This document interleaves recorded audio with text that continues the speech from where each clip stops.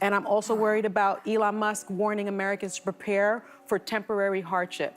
I'm surprised at the result, but I'm not surprised that I am disappointed, disgusted, and saddened by what I'm seeing. Sunny Hostin and the other co-hosts on The View cannot think past the objects in front of them, and it has turned out to be sickening. The ladies are obsessed with Donald Trump, and now they have added Elon Musk to the list. The Tesla CEO has reportedly reacted to their remarks by exposing Sunny Hostin in a $50 million Twitter fraud lawsuit. How true is this update? Let's get right into it. I think if you look at the New York Times this morning, the headline was "America Makes a Perilous Choice." I think that in 2016, we didn't know what we would get from a Trump administration, but we know now. And we know now that he will have almost unfettered power. Elon Musk buying Twitter has sparked mixed reactions from users about what this means for the app's future. One person who's not too optimistic about it is The View co-host Sunny Hostin. She was quick to share her thoughts on the purchase during a roundtable talk. There were whispers for a while that Musk was going to buy Twitter, and he finally did for a reported $44 billion. And so I worry not about myself, actually. I don't worry about my station in life. I worry about the working class. I worry about my mother, a retired teacher. I worry about our elderly and their Social Security and their Medicare. In a statement, Musk shared his vision for Twitter, calling it the digital town square. He explained, "Free speech is the foundation of a healthy democracy, and Twitter is where important discussions about humanity's future happen. I also want to make Twitter better by adding new features, making the algorithms open source to build trust, getting rid of spam bots, and verifying all users. Twitter has huge potential, and I'm excited to work with the company and its users to unlock it." I worry about my children's future, especially my daughter, who now has less rights than I have. And I remember my father telling me many, many years ago that I was the first person in his family to enjoy full civil rights. And now I have less civil rights than I had when he told me that. So again, I'm profoundly disturbed that the 14th Amendment of the Constitution did not prevent someone who participated in an insurrection. Sunny Hostin has a different take on what Elon Musk's purchase could mean for Twitter. She's concerned about the platform's future, especially in a time when some people feel it encourages bullying and hate while hiding behind the idea of free speech. Hostin warned, "Twitter can be a really awful place, and I think people are excited because Musk is going to let the trolls loose. He's saying, you can say whatever you want. I'm taking away the rules." From becoming president of the United States, I think that going forward, the convicted felon box on employment applications better be taken off, because if you can be the president of the United States, then you should not be prevented from employment in this country, because I remember applying for my jobs as a federal prosecutor. Hostin also expressed that Musk's plans for the platform are a bit scary, especially for women. She referenced a report from The Economist's online intelligence unit telling her co-hosts 38% of women globally have said they've been targets of abuse on Twitter, and 85% have said they've seen it happen. And there was a box for convicted felons. Well, and so that box better be taken off. And I think our healthcare system is now at risk. I think no fluoride for anyone. Yeah, economists have made clear that he's going to increase the debt by $7.75 trillion. She continued, "Twitter isn't the real world. In fact, it's mostly straight white men. So when Elon Musk says this is about free speech, it sounds more like it's about the free speech of straight white men." I'm worried about mass deportation and internment camps, and I'm also worried about Elon Musk warning Americans to prepare for temporary hardship. I'm surprised at the result, but I'm not surprised. As a woman of color, I was so hopeful that a mixed-race woman married to a Jewish guy. It is clear that Hostin has never been a fan of Musk, and the fact that Trump won the election made her even more furious. Sunny Hostin is never afraid to speak her mind, and this time is no different. The View co-host, known for her strong opinions and criticism of Donald Trump, has decided to delete her X, formerly Twitter, account. Speaking on the Behind the Table podcast, the 56-year-old explained that after Trump's election victory, she felt deleting her account was the most patriotic thing she could do. I think the more relevant question actually is, what is wrong with America? I think what is wrong with our country that the Republican Party would choose as a candidate and support a candidate who is an insurrectionist, who is an election denier, who is someone who was twice impeached, 34-time convicted felon. The outspoken Democrat didn't hold back her criticism of Elon Musk, who owns X. According to Hostin, he took over the platform and ruined it. She explained that what she once loved about the platform, like Black Twitter, has been overshadowed by misogyny and racism. Hostin also addressed Musk's new role as co-leader of the Department of Government Efficiency, DOGE, alongside Vivek Ramaswamy. "I don't want to be connected to anything he owns," she stated firmly. "I'm not buying a Tesla or Tesla stock," she added. Someone who has been accused of alleged sexual misconduct by 26 women, found liable for sexual abuse. What is wrong with this country that they would choose a message of divisiveness, of xenophobia, of racism, of misogyny, over a message of inclusiveness? Sunny Hostin's comments come after facing criticism for her recent statements about Kamala Harris's loss. On The View, she pointed fingers at uneducated white women and Latino men for contributing to the outcome. "I don't think Trump's win was about policies," she said during the show. "It felt more like a referendum on cultural resentment in this country." A message for the people, by the people, of the people. That's what the problem is. It's the Republican Party. But can I say something before we can do the second? Hostin didn't hold back as she questioned, why would non-college educated white women vote against their own reproductive rights? And why would Latino men support someone who might deport a majority of their community? Well, speaking about comments and trolls and things like this, Yes. I did notice yesterday that you are no longer on Twitter or X or whatever it is. Yeah, I'm not.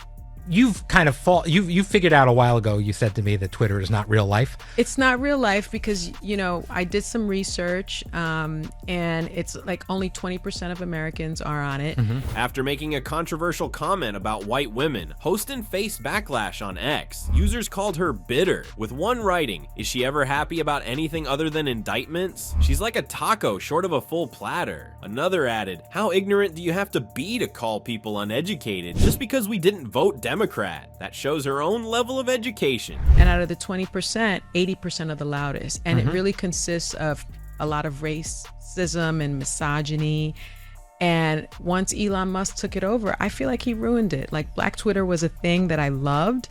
And it was sort of replaced. I think it's something like 4,000%. Meanwhile, a headline claiming Elon Musk filed a $70 million lawsuit against ABC's The View and co-host Whoopi Goldberg has been making rounds again. This headline originally came from a satirical website in 2023, but has resurfaced in Facebook posts from November 2024. The post linked to a site full of fake celebrity news, offering no real details or evidence. With misogyny and racism. And while I don't read the comments, my team does.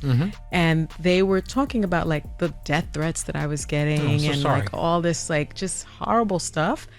And I think that Elon Musk, I don't want to be affiliated with anything that he owns. There's no evidence that Elon Musk ever filed such a lawsuit. He hasn't made any statements about suing ABC or the hosts of The View. Likewise, neither ABC nor Whoopi Goldberg has addressed any claims of a lawsuit from Musk. I'm not going to buy a Tesla. I'm not going to buy Tesla stock. I felt, in a way, I felt like it was a patriotic thing to do, to just get rid of that.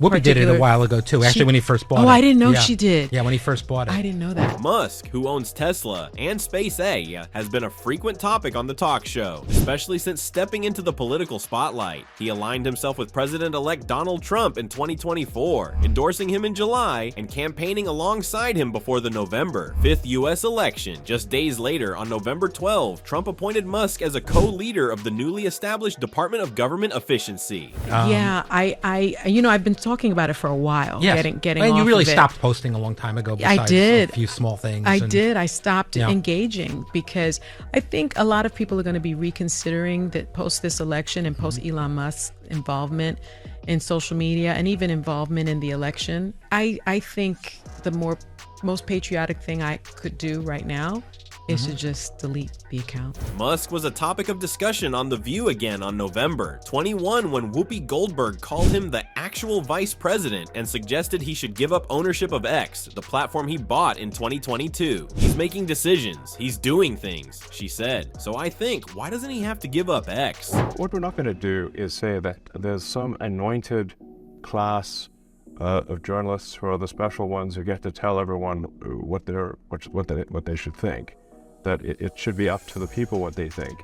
And even if an article is completely accurate and comprehensive and everything. Earlier, on October 21 episode, Goldberg accused Musk of trying to buy the election after he pledged to give $1 million to Americans who signed his petition in support of the Constitution. Sonny Hostin has also called President Trump a DEI hire on Tuesday. Usually, DEI stands for diversity, equity, and inclusion, but Hostin joked that for Trump, it actually means didn't earn it. They're still, in writing that article, the media is choosing the narrative. They're deciding what to write an article about.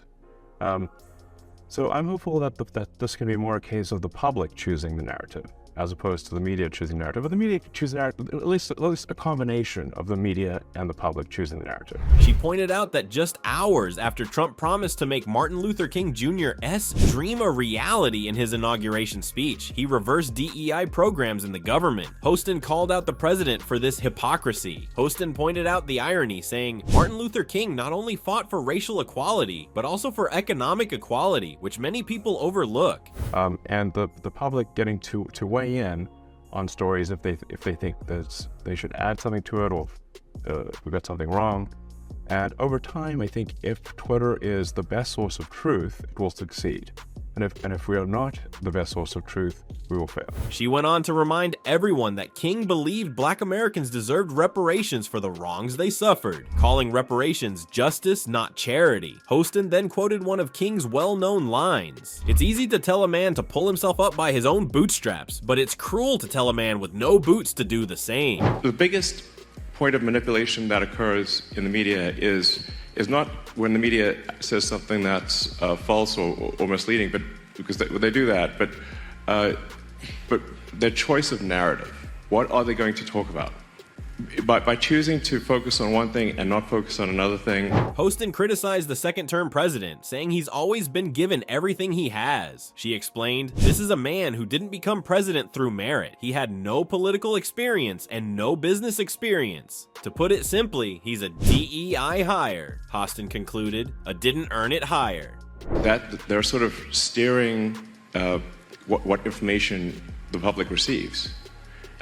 Whereas I think the right thing is that the narratives that are important should be the narratives that the people as a whole think are important, not what a few media oligarchs think is important. But they sure like controlling information. DEI programs and policies have sparked a lot of debate across the country, especially after the Supreme Court's 2023 decision to end affirmative action in college admissions. During the 2024 campaign, many Republicans, including Trump, promised to end DEI programs, claiming these programs are unfair. After Trump's election, companies like Walmart, Tractor Supply, and McDonald's started to back away from their DEI commitments. America's just not just going to be great. America is going to reach heights that it has never seen before. The future is going to be amazing! On Monday, Trump canceled an executive order that was signed by President Biden. The order had given government agencies tools to evaluate DEI and how it's applied in the workplace. However, Trump's order instructs the Office of Management and Budget, along with the Office of Personnel Management, to end any discriminatory programs in government agencies, according to officials coming into the White House. The order also tells the president's assistant for domestic policy to meet every month with deputy secretaries to review DEI programs and find ways to stop them. On Thursday's episode of The View, co-host Alyssa Farah Griffin shared her thoughts, pointing out that liberals leaving X for Blue Sky might make the divide in the country even worse. We just had this intense election. Trump won, and now it feels like the right will stick with X and the left will move to Blue Sky. How can we ever talk to each other? Griffin said. I think we want a secure border. We don't have a secure border. We want safe and clean cities. I think we want to reduce the amount of spending that we're, at least slow down the spending. And because we're currently spending at a rate that is bankrupting the country. Goldberg responded by suggesting that the hostility from conservatives on X is pushing people away. Sadly, I have to say, the other side is pushing people away, Goldberg explained. It's not just about debate anymore. It's about mean name-calling and attacking your family. No one should have to deal with that. The interest payments on U.S. debt this year exceeded the entire Defense Department spending. If this continues, all of the federal government taxes will simply be paying the interest. And you keep going down that road, and you end up, in the tragic situation that Argentina had back in the day. She also pointed out that some Republicans might be leaving X due to fights within their own party. They're leaving too, she said. During the latest US presidential election, Elon Musk's social media platform, X, hit record high activity. Musk and his platform played a big role in amplifying the views of the newly elected president, Donald Trump. Argentina used to be one of the most prosperous places in the world. And hopefully with Milei taking over, he can restore that. But it was an incredible fall from grace for Argentina to go from being one of the most prosperous places in the world to being very far from that.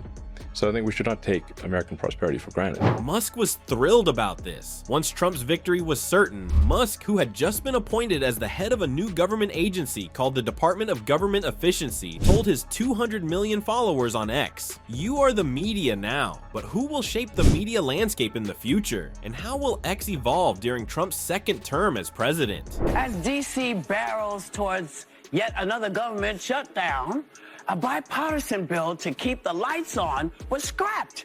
And it has a lot of folks asking, who is in charge?